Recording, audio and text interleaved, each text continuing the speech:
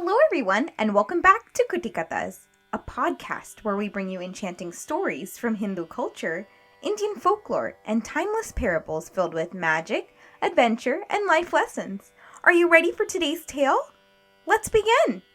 Before we begin today's tale, let's start off with 3 Oms. Take a deep breath in, and when you exhale, say Om for as long as you can.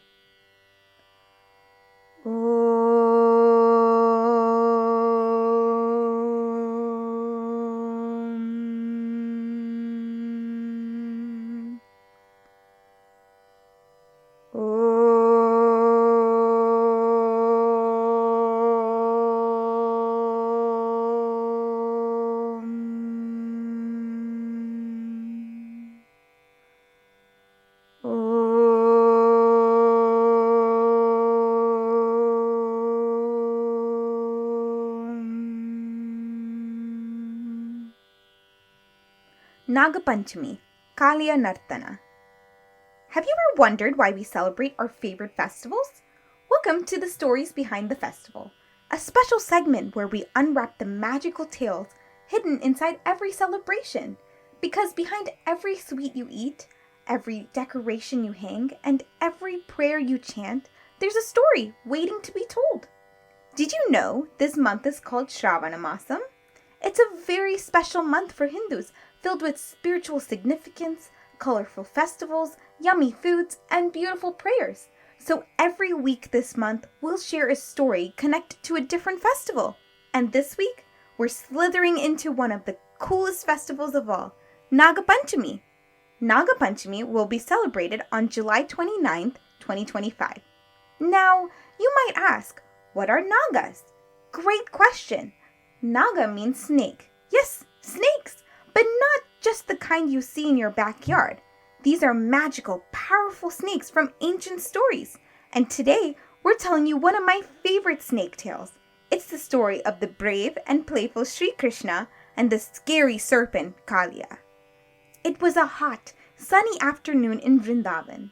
Little Krishna was playing with his friends in the forest, running, laughing, and chasing each other around trees while their cows munched on green grass nearby. They played and played until everyone was so thirsty. "Oh, Krishna," called one of his friends, "we're going to the river to drink some water." Sri Krishna waved and said, "Okay, I'll wait here." But minutes passed, then more, and no one came back. Krishna became worried. He ran towards the Yamuna River, but something wasn't right. The water, which was usually sparkly and clear, had turned dark, almost black. And on the banks of the river, all the cows and his friends had fainted. Sri Krishna rushed to them and gently touched each one. With his divine grace, they slowly woke up. But now Sri Krishna had a question, a big question. Who turned the Yamuna water black? Can you guess who it was? It was a huge, poisonous snake named Kaliya. Kaliya was a Naga who used to live far away in a place called Ramanaka. But he and his family had been chased away by Garuda, the giant eagle who is Lord Vishnu's vehicle. Snakes and eagles, not exactly best friends. So Kaliya slithered into the Yamuna River in Vrindavan. But why did Kaliya choose Vrindavan? Well, because of another twist in the tale. Garuda had once disturbed a yogi named Saburi while he was meditating. The yogi got so upset, he cursed Garuda that if he ever entered Vrindavan again, he'll be destroyed. So Kaliya thought, aha, Vrindavan is safe for me. But little did he know, Vrindavan was Sri Krishna's home, and Krishna was no ordinary boy. Sri Krishna thought, I must protect my friends and family. So without a second thought, Sri Krishna tied a cloth around his waist and climbed a kadamba tree and dove into the water. Splash! Kaliya, disturbed by the splash, rose from the water, his many heads hissing, his eyes glowing red. "How dare you enter my water?" he hissed. Before Sri Krishna could answer, Kaliya slithered around him and began to squeeze tighter and tighter. Little Krishna stayed calm, still, even motionless. His friends watching from the banks gasped, "Oh no, Krishna!" They ran to tell Mother Yashoda what they saw. Just then, Sri Krishna smiled and freed himself from Kaliya. "Oh, Kaliya, see if you can catch me now!" And just like that, a game of tag began. Kaliya hissed and tried to strike, but Krishna danced and twirled and dodged every attack with ease. Then, with a twinkle in his eyes, Krishna jumped up and began to dance on Kaliya's heads. Tap, tap, tap. From one head to the next, Krishna's beautiful feet danced with joy. Kaliya grew tired, dizzy, weak, until finally he was almost defeated. His wives were worried seeing the state of Kaliya. They came forward with their folded hands and gentle words. "Oh, Lord Krishna," they said, "we are sorry. We only came here to stay safe from Garuda. Please forgive us. Please forgive Kaliya." Sri Krishna, always full of kindness, smiled and said, "Don't worry, I forgive you.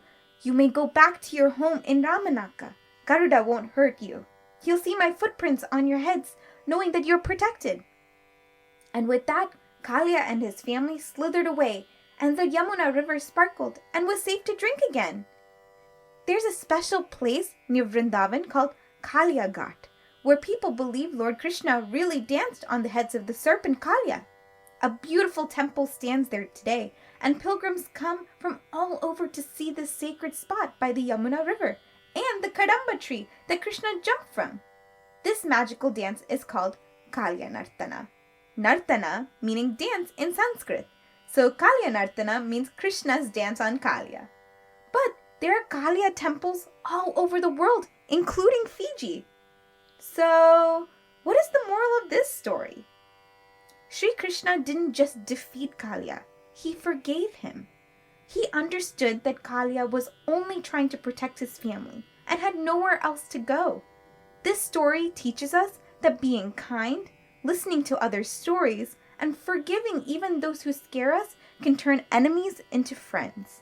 Just like Sri Krishna, we can choose forgiveness and understanding over fighting.